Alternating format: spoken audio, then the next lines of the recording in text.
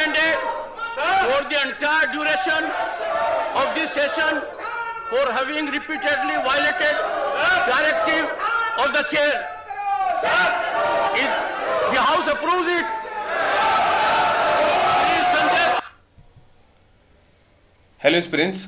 So recently parliament से 146 member को suspend कर दिया गया है। ये एक ग्लोबल कम्युनिटी में, खासकर कि भारत में भी, डेमोक्रेटिक स्ट्रक्चर पर कुछ सवाल उठाता है। क्यों सस्पेंड हुए, क्या रीजन थे, क्या कारण थे? बेसिकली ऐसा देखा गया कि दोनों ही हाउसेस में से सस्पेंशन फेस किया क्योंकि डिसरप्शन हो रहा था, पार्लियामेंट्री की प्रोसीडिंग्स नहीं हो पा रही थी। एमपीज को इन प्रोसीडिंग्स के बेसिकली डिसरप्ट करने के लिए सस्पेंड किया गया। मोरओवर, जो सिक्योरिटी ब्रीच रिसेंटली पार्लियामेंट पर होता उस पर ये लोग बात करना चाहते थे। एंड लोकसभा में अपोजिशन ने जो होम मिनिस्टर अमित शाह हैं इनसे एक स्टेटमेंट मांगा और इन्होंने प्ले कार्ड्स लेकर आए और इनफैक्ट कुछ लोग स्पीकर के पोडियम पर भी चढ़ गए थे। राज्यसभा में अपोजिशन ने स्लोगन रेज किए सिक्योरिटी ब्रीच पर। इससे डिसरप्शन हुआ। डिसरप्शन के चलते के कारण जो है उनको सस्पेंड करना पड़ा। नाउ इससे रिलेटेड और भी कुछ इंटरेस्टिंग तथ्य हैं जो हमें पता होना चाहिए कि कौन बेसिकली सस्पेंड कर सकता है इनको। तो ये क्यों सस्पेंड हुए, we know the reason, and who can basically suspend them. तो जो स्पीकर होता है लोकसभा का या जो चेयरमैन है राज्यसभा के, वो लॉ एंड ऑर्डर मेंटेन करने के लिए जो हाउस होता है, ताकि जो उसका फंक्शन हो सके, ताकि जो डिस्कशन हो सके वो स्मूथली हो सके, वो सस्पेंड कर सकते हैं ताकि प्रोसीडिंग जो है they should be in a proper manner. तो स्पीकर और चेयरमैन की एम्पावरमेंट होती है कि दे कैन बेसिकली विड्रॉ। अब प्रश्न ये उठता है कि क्यों प्रोविजन की जरूरत पड़ती है। देखिए, जब भी पार्लियामेंट्री रूल्स का वायलेशंस होता है, ये प्रोविजन सस्पेंशन अलाउ करता है, जो कि एस्टैब्लिश रूल्स एंड नॉर्म्स जो हैं, जो कि हाउस के कंडक्शन में बेसिकली हेल्प करते हैं। अगर कोई उनको डिसरप्ट करेगा, देन अगर अथॉरिटी जो चेयर की है उसको डिसरिगार्ड करेगा और अनपार्लियामेंट्री लैंग्वेज का यूज करेगा, तो यहां पे होता है। इसके अलावा लॉ एंड ऑर्डर मेंटेन करने के लिए, dignity and decorum, smooth functioning हो सके पार्लियामेंट की, उसके लिए यहां पे इसकी जरूरत पड़ जाती है। एंड प्रोसीडिंग्स में जब डिसरप्शन होता है, जब स्लोगन शाउट किए जाते हैं, प्लेकार्ड्स लेकर आते हैं, प्रोटेस्ट होते हैं, डिबेट्स में ऑब्स्ट्रक्शन होता है, तो ये हाउस को अपना बिजनेस करने से रोक देता है एज पर the PRS, parliamentary rules. So जो 16th लोकसभा थी, इसने 16% अपना शेड्यूल टाइम जो था वो डिसरप्शन में हटा दिया था। 16th लोकसभा 2014 से 2019 तक हुई थी। Next thing is financial cost. एक पार्लियामेंट्री जो प्रोसीडिंग होती है उसमें लगभग 2.5 लाख रुपए पर मिनट का एक्सपेंशन होता है। अब अगर यह डिसरप्शन होता है तो इकोनॉमिक लॉस भी होता है और वो भी देश की जनता का ही है। देन स्पीकर को ओबे करने से, अगर हम स्पीकर की अथॉरिटी को जो है वो डिसरिगार्ड कर देते हैं, वो कंप्लाई करने से रिफ्यूज कर देते हैं, डायरेक्शंस नहीं मानते हैं प्रोसीडिंग्स के दौरान, या उसकी डिग्निटी पर इंपैक्ट आता है, तो सस्पेंशन जरूरी हो जाता है। इसके अलावा कुछ चीजें हैं, जैसे कि पार्लियामेंट की जो एटिक्विटी है वो मेंटेन करने के लिए एमपीज सर्टेन रूल्स, जो पार्लियामेंट की एंटिक्विटी है उससे एडर करने के लिए उनको जरूरी होती है। फॉर एग्जांपल, जो लोकसभा की रूल्स बुक है ये स्पेसिफाई करती है कि एमपीज जो हैं ये दूसरे की स्पीच को डिसरप्ट नहीं कर सकते और एक दूसरा बिहेवियर नहीं रख सकते, अनटोवर्ड बिहेवियर दूसरे एमपीज के प्रति स्लोगन शाउट करके या प्लेकार्ड डिस्प्ले करके। ये इंडिया की डेमोक्रेटिक क्रेडिबिलिटी को बहुत ज्यादा कम कर देता है। मोर ओवर, जो रूल्स हैं ये ऑब्स्ट्रक्शन क्लियर करने के लिए हाउस के बिजनेसेस के, ताकि जो हाउस का बिजनेसेस है वो कंडक्ट हो सके बिना किसी ऑब्स्ट्रक्शन के। नाउ अब है कुछ ऐसे रूल्स होते हैं जिसमें प्रेसिडिंग ऑफिसर जो है वो एमपीज को सस्पेंड कर सकता है। दोनों लोकसभा राज्यसभा में ये होता है।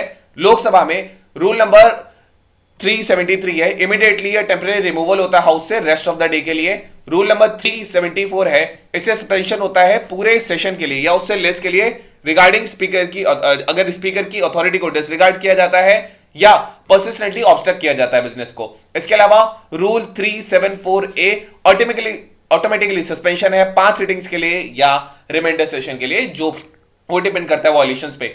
राज्यसभा में की कुछ रूल्स हैं। Rule number 255 immediately temporary removal देता है हाउस से ग्रॉसली बेसिकली डिसऑर्डर्ड कंडक्ट के लिए। इसके अलावा रूल नंबर 256 ये सस्पेंशन देता है रिमेन ऑफ द सेशन के लिए अगर चेयरमैन की अथॉरिटी को डिसरिगार्ड किया जाएगा या परमानेंटली उसके बिजनेस को ऑब्स्ट्रक्ट करने की कोशिश की जाएगी, और ये बेसिकली एक वोट से होता है। It is subject to a vote by the house. Essentially दोनों हाउसेस जो हैं सिमिलर मैकेनिज्म्स होता है लॉ एंड ऑर्डर मेंटेन करने के लिए, स्मूथ फंक्शनिंग के लिए। So this is the case here. अब प्रश्न उठता है कि ऐसे कौन से इश्यूज हैं जो सस्पेंशन से अटैच्ड हैं।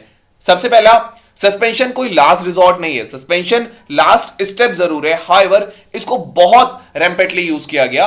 कुछ एमपीज को सस्पेंड किया गया क्योंकि प्रिविलेज कमेटी जो थी वहां पर उनकी इन्वेस्टिगेशन पेंडिंग थी। तो ये जो ग्राउंड है सस्पेंशन का, ये किसी भी रूल्स और या कन्वेंशन से एडर नहीं करता है। ये एक प्रॉब्लम है, डेमोक्रेटिक वैल्यूज का यहां पे इरोजन देखने को मिलता है। सस्पेंशन, अगर सब्सटेंशियल अमाउंट ऑफ एमपीज को सस्पेंशन किया जाए तो ये डेमोक्रेटिक वैल्यूज पर एक शैडो कास्ट करता है, कंसर्न्स रेज करता है कि क्या फेयर रिप्रेजेंटेशन हुआ डाइवर्स वॉइसेस का with in the legislative process. इसके अलावा मीनिंगफुल अपोजिशन खत्म हो जाता है पार्लियामेंट से। अगर वाइब्रेंट अपोजिशन नहीं है तो सिस्टम जो होता है चेक्स एंड बैलेंसेस का, ये कम हो जाता है। जो डिबेट की क्वालिटी होती है वो कम हो जाएगी। So these are the things जो ये यहां पे होता है। नेक्स्ट थिंग इज दैट एक लैक ऑफ लेजिस्लेटिव स्क्रूटनी भी हो जाती है। नाउ पब्लिक ट्रस्ट इरोड हो जाता है, जो डेमोक्रेटिक इंस्टीट्यूशन में ट्रस्ट है ये इरोड हो जाता है सिटीजन का, क्योंकि ट्रांसपेरेंसी नहीं है, अकाउंटेबिलिटी नहीं है, कंडक्टिव एम्पावरमेंट नहीं है, एक मीनिंगफुल डिस्कोर्स के लिए। ये एमपीज के फ्रीडम ऑफ एक्सप्रेशन के अगेंस्ट जाता है। ये बेसिकली उनको साइलेंस करने के लिए, क्योंकि उनका डिफरिंग ओपिनियन है किसी चीज पर, इसके लिए भी यूज किया जाता है। मोर ओवर डिसीजन जो है सस्पेंड करने के लिए समटाइम्स ये पॉलिटिकली मोटिवेटेड होते हैं रेदर देन कि एक्चुअल वायलेशन हो रहा है पार्लियामेंट्री रूल्स का। ये कंसर्न्स रेज करता है फेयरनेस के लिए, इंपार्शियलिटी के लिए।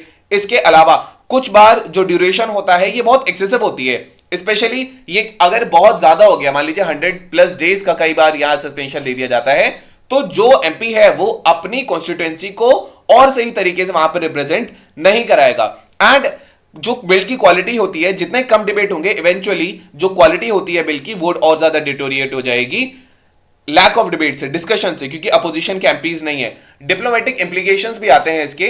डिप्लोमेटिक इंप्लीकेशंस में कुछ ऐसी चीजें आ सकती हैं कि जो ग्लोबल कम्युनिटी है ऑफन ही ऑब्जर्व करती है डेमोक्रेसीज के फंक्शंस को, और कोई भी अगर चेंज होता है, खास करके भारत विश्व की सबसे बड़ी डेमोक्रेसी है, तो ये इंटरनेशनल परसेप्शंस को बेसिकली इन्फ्लुएंस कर सकता है भारत के प्रति। फॉर एग्जांपल इंडिया की जो स्टैंडिंग है ग्लोबल डेमोक्रेसी इंडेक्स में, वो यहां पे इफेक्ट हो सकती है। So these are the things which are associated with this. तो इनको एड्रेस करना, एक डेलिकेट बैलेंस बनाना, ताकि पार्लियामेंट का डेकोरम भी बना रहे और डिसिप्लिनरी मेजर्स भी हो, फेयर और ट्रांसपेरेंट मैकेनिज्म भी हो, एंड रिप्रेजेंटेशन हो सके बहुत डाइवर्स व्यूज का हमारे पार्लियामेंट में। So this were the things associated with it. Now we have our today's prelims practice question, and the question asked, consider the following statements about the suspension of the MPs in India. Suspension is the only available option for maintaining order in the parliament. The presiding officer has absolute discretion to suspend any MP. Suspension solely depends on the severity of the violation and not on political considerations. Frequent suspensions weaken the quality of the parliamentary debates and can negatively impact India's image abroad. Choose the correct option. You can type the answer in the comment section. They'll let you know if it's correct or not. Then we have today's main practice question. And the question asks, critically analyze the reasons and the procedures for suspending MPs in India. Discuss the arguments for and against this practice. So this was all about today's video and session. I hope you understood it well. Thank you. Have a nice day and stay tuned with List IAS for your better preparation.